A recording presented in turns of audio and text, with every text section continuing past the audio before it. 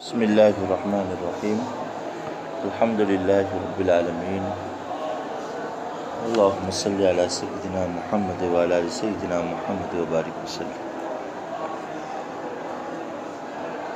اس فصل میں امام شیرازی رحمۃ اللہ علیہ یہ اصل اور یہ ضابطہ بیان کیا کہ قضایا رسول صلی اللہ تعالیٰ علیہ وسلم میں عموم کا دعویٰ کرنا جائز نہیں ہے۔ یہ جمہور کا مسلک ہے، جمہور کا موقف ہے۔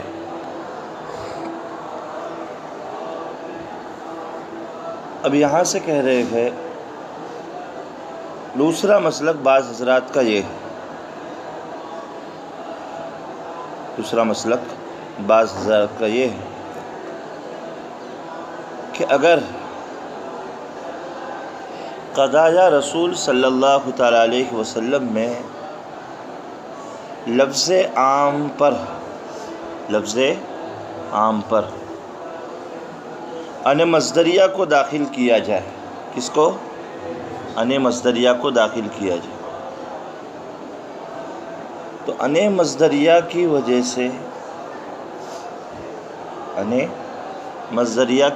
سے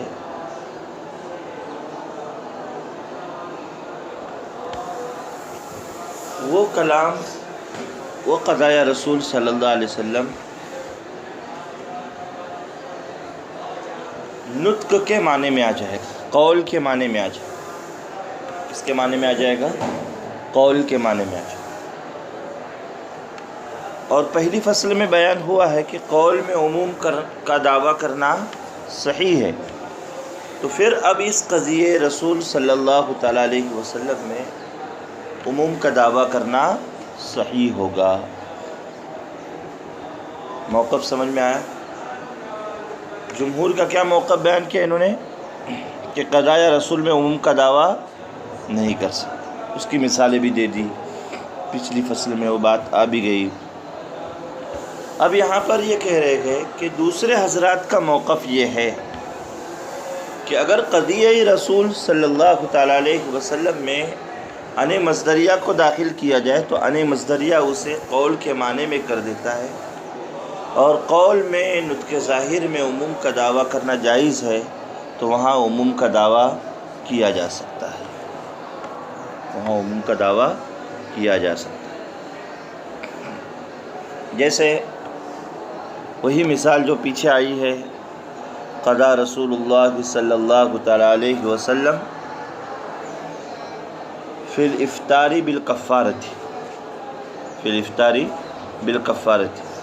اس کو اگر ایسا کیا جائے، ان کا کہنا ہے کہ قضا رسول اللہ صلی اللہ تعالیٰ علیہ وسلم بأن الکفارۃ فی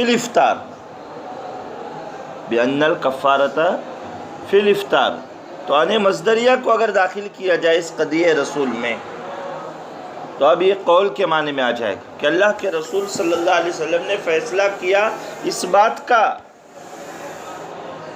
کہ افطار میں، یعنی اگر کوئی روزہ توڑے تو اس پر کفارہ لازم ہوگا، اس بات کا یہ ترجمہ کیا جا رہا ہے بِأَنَّ کا، یعنی مصدریہ نے اگر اسے قول کے معنی میں بدل دیا ہے۔ اسی طریقے سے قضا رسول اللہ صلی اللہ علیہ وسلم بِأَنَّ الشُّفْعَةَ لِلْجَارِ، یعنی مصدریہ رسول اللہ صلی اللہ علیہ وسلم نے فیصلہ کیا اس بات کا کہ شفاع پڑوسی کو حاصل ہوگا، تو ان حضرات کا کہنا ہے کہ اگر ان مصدریہ کو لایا جائے تو یہ قول کے معنی میں آ جائے گا۔ اب یہاں عموم کا دعویٰ کر سکتے ہیں اور یہ کہہ سکتے ہیں کہ روزہ کھانے سے توڑو، پینے سے توڑو، جماع سے توڑو، بہر صورت کفارہ لازم۔ پڑوسی چاہے شریک ہو، منقسم غیر منقسم، اس کو شفا دینا لازم ہو جائے، حق شفا اس کو حاصل ہوگا۔ یہ ان دوسرے حضرات کا موقف ہے کہ ان مصدریہ کے آنے کی وجہ سے اب وہ قضیہ رسول قول کے معنی میں آ گیا، اس میں عموم کا دعویٰ کرنا صحیح ہے۔ امام شیرازی رحمۃ اللہ علیہ کو یہ بات تسلیم نہیں، امام شیرازی رحمۃ اللہ علیہ کو یہ بات تسلیم نہیں۔ آگے جواب دیا ہے یہ درمیان کی تھوڑی سی عبارت چھوڑ دو، آگے دیکھو اس کا جواب ہے والصحیح انہ لا فرق ان یکون بلفظ ان او غیرہ، کہ قضیہ رسول میں عموم کا دعویٰ نہیں کر سکتے، کوئی فرق نہیں اس ضابطے میں کہ چاہے اس قضیہ رسول میں لفظ ان آئے یا نہ آئے، لفظ ان آئے یا نہ آئے، کوئی فرق نہیں پڑے گا اس سے، اس ضابطے پر۔ ضابطہ وہی رہے گا جو جمہور نے بیان کیا، چاہے ان مصدریہ آئے نہ آئے، کہ قضیہ رسول میں عموم کا دعویٰ نہیں کر سکتے۔ ان کا کہنا ہے کہ ضابطہ وہی رہے گا، چاہے ان مصدریہ آئے چاہے ان مصدریہ نہ آئے، ضابطہ اپنا بدلے گا نہیں۔ کیوں نہیں بدلے گا؟ ان کا کہنا ہے کہ چاہے قضیہ رسول میں ان مصدریہ آئے تب بھی ان مصدریہ آ کر اس خاص صفت کو بدل نہیں سکتا جس خاص صفت کی وجہ سے اس قضیے میں رسول اللہ صلی اللہ علیہ وسلم نے وہ حکم جاری کیا ہے، اس کو بدل سکتا ہے ان مصدریہ؟ نہیں۔ اللہ کے رسول صلی اللہ علیہ وسلم نے جو کفارہ صوم کا حکم دیا، وہ خاص صفت یعنی جماع کی وجہ سے، روزہ توڑنے کی وجہ سے دیا ہے، ان مصدری آ کر اس خاص صفت کو بدل نہیں سکتا۔ رسول اللہ صلی اللہ علیہ وسلم نے شفاء کا فیصلہ کیا اس پڑوسی کے لیے جس کے اندر وہ صفت ہے کہ وہ شریک غیر منقسم ہے، وہ شریک غیر منقسم ہے، اس کے لیے رسول اللہ صلی اللہ علیہ وسلم نے شفاء کا فیصلہ کیا۔ اب ان مصدری آ کر اس چیز کو بدل نہیں سکتا، اس خاص صفت کو بدل لأنه قد يروى لفظة عن في القضاء بمعنى الحكم في الصفة المقضي فيها، فیصلے میں خاص صفت کی وجہ سے جو حکم جاری کیا گیا ہے ان مصدریہ، اس میں کوئی تبدیلی کرے گا نہیں، ولا يقتضي الحكم في غيرها، اور اس فیصلے کے علاوہ وہ حکم کہیں اور جائے گا بھی نہیں۔ یعنی وہ فیصلہ اگر ہے تو افطار بالجماع میں کفارے کا فیصلہ ہے، وہ دوسری چیز میں یعنی افطار بالاکلی و افطار بالشرب میں جائے گا نہیں۔ شفے کا اگر فیصلہ پڑوسی کے لیے ہوا ہے تو وہ شریک غیر منقسم کے لیے ہی ہوا ہے، وہ پڑوسی جو شریک نہیں ہے اس میں وہ حکم جاری نہیں ہوگا، ان مصدری آ کر وہ کام تو کرے گا نہیں، قول کے معنی میں اگر آ بھی گیا تب بھی وہ کام تو کرے گا نہیں۔ اور ہمارا کیا موقف ہے؟ جمہور کا موقف یہی ہے کہ قضائے رسول میں عموم کا دعویٰ اس لیے نہیں کر سکتے کہ فیصلہ کبھی کسی ایک خاص صفت کی بنیاد پر کسی مقدمے کا ہوتا ہے تو وہ فیصلہ اپنے خاص صفت پر ہی منحصر ہے، اس فیصلے کو آپ عام نہیں کر سکتے، فیصلے کو آپ عام نہیں کر سکتے، اس میں عموم کا دعویٰ نہیں کر سکتے۔ یہ ہو گیا موقف اور وہ ہو گیا جواب، اتنے سمجھے؟ ومن الناس من قال ان كان قد روي انه قضى بالكفارة في الافطار بشفعة الجار لم يدافع للعموم، کہ اگر فیصلے رسول ایسا منقول ہو قضاء بالکفارۃ فی الافطار وبشفاعۃ الجار تو اس میں عموم کا دعویٰ نہیں کیا جائے گا، لیکن اگر لیکن اگر قد روی انہ قضا بان الکفارۃ فی الافطار وبان الشفاعۃ للجار تعلق بعموم، اگر قضیہ رسول میں ان مصدری آئے تو وہاں پر عموم مراد ہوگا، کیوں؟ لأنہ ذالک حکایت قول، اس لیے کہ اب وہ ان مصدریہ کی وجہ سے قضیہ رسول قول کے معنی میں آ گیا، گویا کہ اللہ کے رسول صلی اللہ علیہ وسلم یہ فرما رہے ہیں الکفارۃ فی الافطار الشفاعۃ للجار، الشفاعۃ للجار، ان مصدریہ نے آ کر اس کو قول کے معنی میں کر دیا۔ پھر آگے اس کا جواب میں نے پڑھ کے سنا ہے، یہ ہو گیا معاملہ۔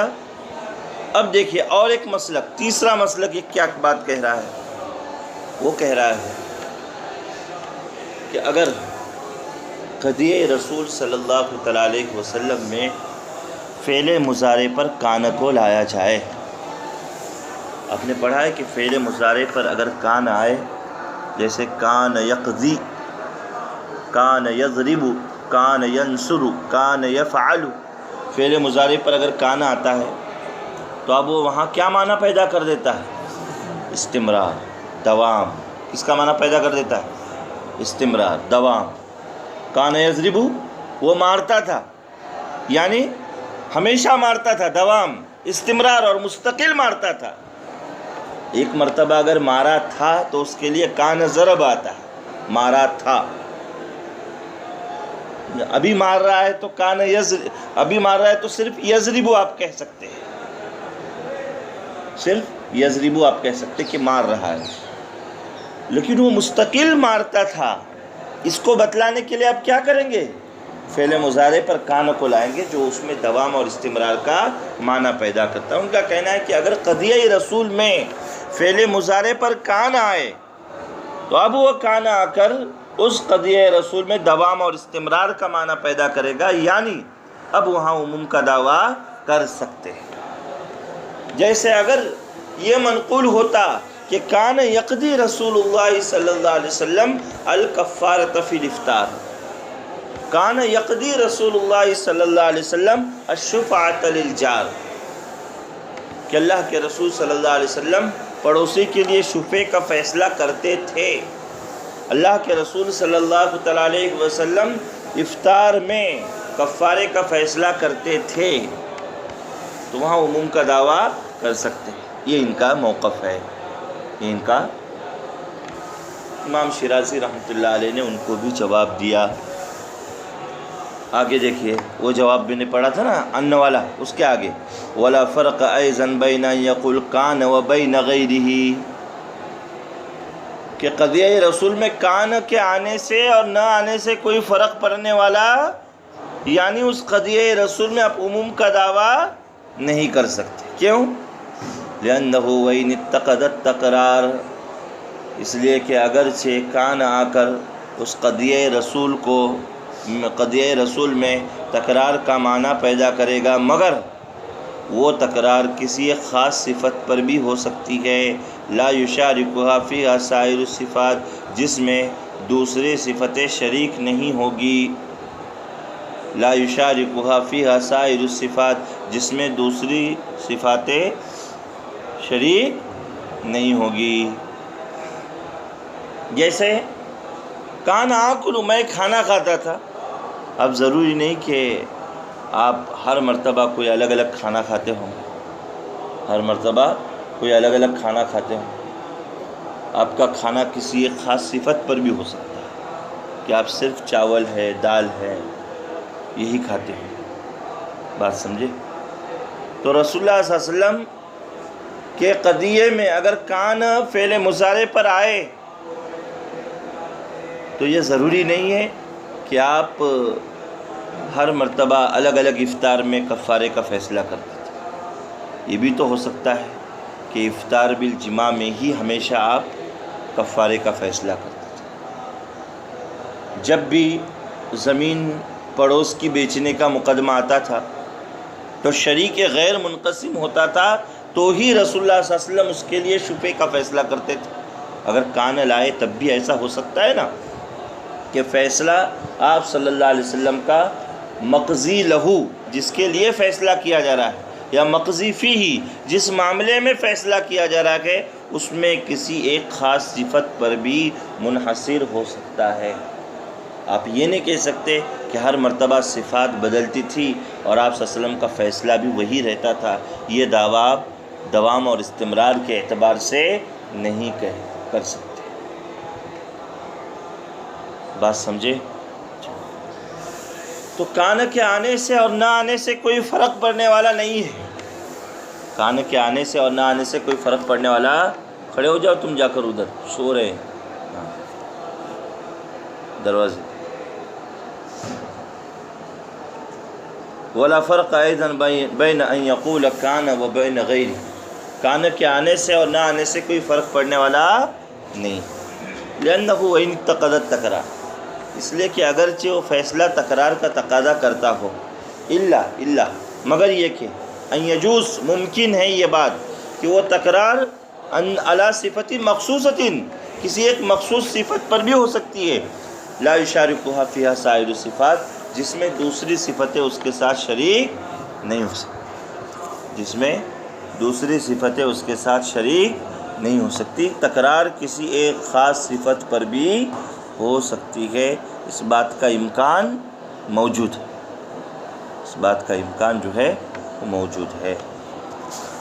تو وقال بعضهم، پیچھے جو کان کے سلسلے میں تھا، وقال بعضهم، بعض حضرات کہتے ہیں ان رویہ انہ کان یقضی، کہ آپ صلی اللہ علیہ وسلم فیصلہ کرتے تھے، تعلق بامہ، تو وہاں عموم کا دعویٰ کر سکتے ہیں، لأن ذلک للدوام، اس لیے کہ جب فعل مضارع پر کان آئے تو وہ دوام کا تقاضا کرتا ہے۔ الا تری، کیا آپ نہیں دیکھتے کہ جب یہ کہا جاتا ہے فلان کان یقری الضیف ویصنع المعروف، کہ فلاں شخص مہمان نوازی کرتا تھا اور بھلائی کا کام کرتا تھا، اس کو جواب یہ دیا ہے امام شیرازی کی اس عبارت کے اندر کہ ٹھیک ہے فلاں شخص مہمان نوازی کرتا تھا تو ممکن ہے کہ وہ مہمان نوازی ایک ہی صفت پر کرتا ہوگا، وہ بھلائی کا کام کرتا تھا، ممکن ہے کہ وہ ایک ہی بھلائی کرتا ہو۔ وَكَانَ يَأْمُرُ أَهْلَهُ بِالصَّلَاةِ وَالزَّكَاةِ، حضرت اسماعیل علیہ السلام اپنے گھر والوں کو نماز کا حکم کرتے تھے۔